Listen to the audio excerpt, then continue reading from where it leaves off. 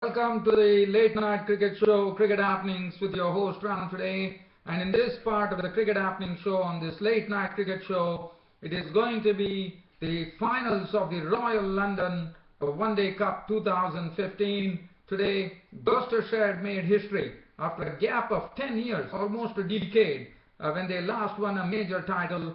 Today, Gloucestershire actually went on to defeat Surrey by 6 runs in a very close match, one could say. Because in the end the margin of defeat for Surrey was by 6 runs. So Gloucestershire were the proud champions of the Royal London One Day Cup, which was played at the Mecca of English cricket, the Lord's Cricket Ground.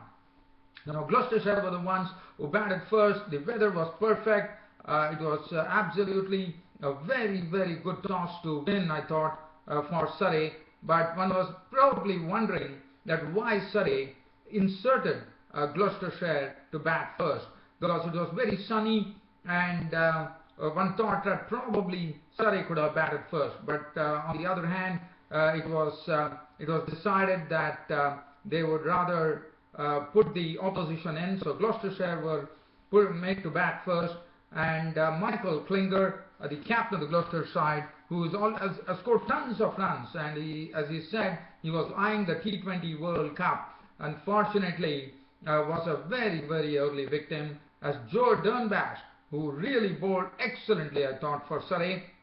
In fact, Gloucestershire lost Michael Klinger, the captain of the Gloucestershire team, who has been in some great form this season in the Big Bash League and also here in the Royal London One Day Cup. In fact, he was the first victim, as Dernbash actually picked up his wicket of the very third delivery of the innings. He was sent back to the pavilion for naught. After that, it was Dent who made 22 of 20 balls, 4 fours. Roderick making 39 of 64 balls with 3 fours. Hamish Marshall making 18 of 35 balls with 1 4. Havel made 9. Giant Jones probably playing his last match before retirement, the wicketkeeper management.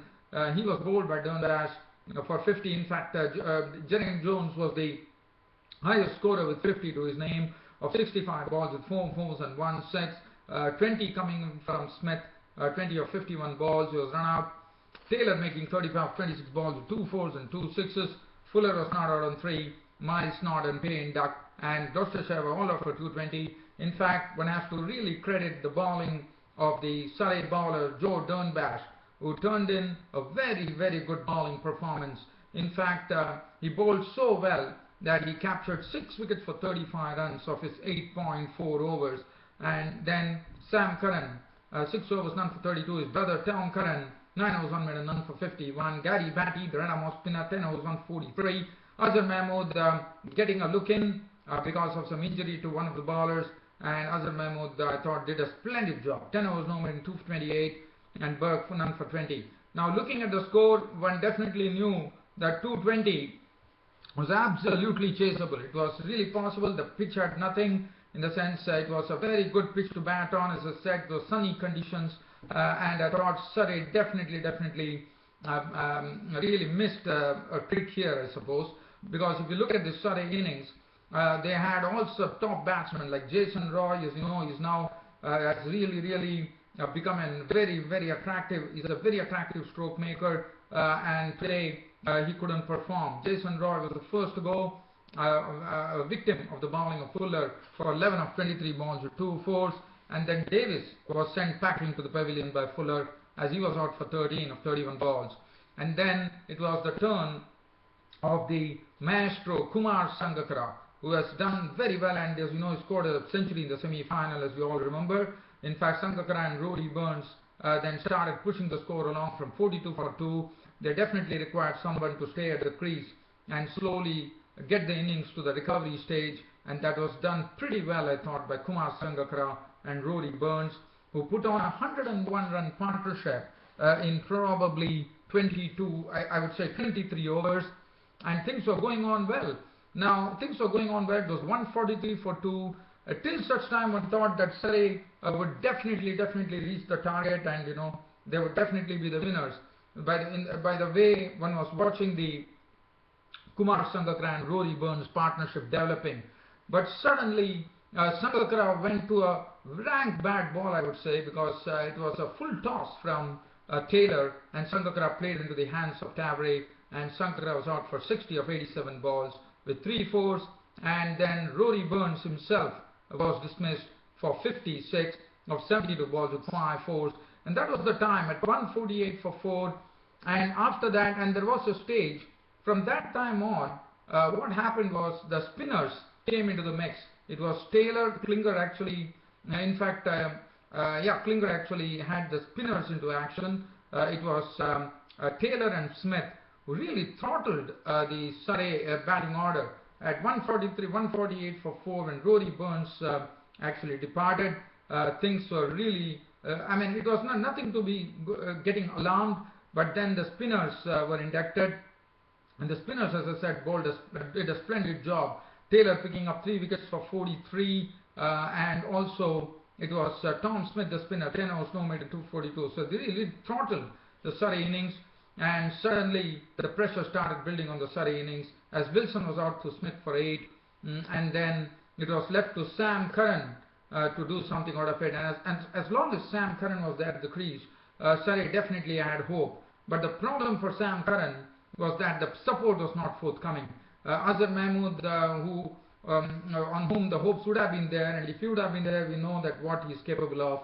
But Azhar Mahmood, in a sort of a real hurry to really get the scoreboard going, tried to leave his crease and tried to smack Smith. As I said, the spinners were bowling excellently, and Azhar Mahmood was trying to do that. He wanted to, he tried to come out of the crease and smack him for a 6. In the process, he missed the ball, and Roderick behind the stumps did the rest. So he was gone stumped by Roderick with the bowling of Smith for 5. And when Azhar Mahmood won, the score was 191. And then Curran provided some, and then it was the Sam Curran and the Curran brothers were into the middle. But then the Tom Curran was dismissed by Taylor for naught.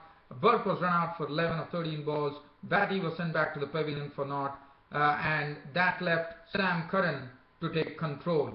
So at 214, but what happened was that Sam Curran was there with the final batsman, and Sam Curran, unfortunately, Sam Curran himself was out, as he had to force the scoring there because it was getting a bit tight at 200 and I thought it was 192 for 7, and then at the score of 214, not only did Burke fall, but also Sam Curran fall. Sam Curran definitely did a good job in making 37 of 39 balls with 5 fours, but that was it. But when Sam Curran's wicket went, it was all over for the Surrey innings. It was a final over, but Sam Curran fell in the final over. As I said, they needed, if you look at the score, they were 214. So 214 would say that they required another 6 runs, but Sam Curran was dismissed by Payne for 37, and thus the match came to an end with Gloucestershire, after a decade, winning a major one-day tournament here in England. So congratulations to Gloucestershire for winning the Royal London One Day Cup 2015. Dunbar was not out on naught, 214 all out, and Gloucestershire won the match. The man of the match was JMR Taylor of Gloucestershire, and the bowling, Payne 8.3 overs, no maiden, 2 for 36. With Fuller 10 overs, 2 maidens, 2 for 34, bowled excellently, I thought, at the top of the top batsman there. Miles 2 overs, none for 24. Taylor 3 for 43, did a good job. Havel 8 overs, none for 29. Smith, the spinner, 10 overs, no maiden, 242. But let's have a word for Jay Dunbar, who bowled excellently, I thought. And look at his figures, 6 for 35. Those are splendid figures, and it was a shame that Surrey couldn't actually win this match. They were close. As I said, Sam Curran was there, 6 runs were required, but unfortunately Sam Curran was out, and that brought an end to the match. But my commiserations to Surrey for losing the match by 6 runs.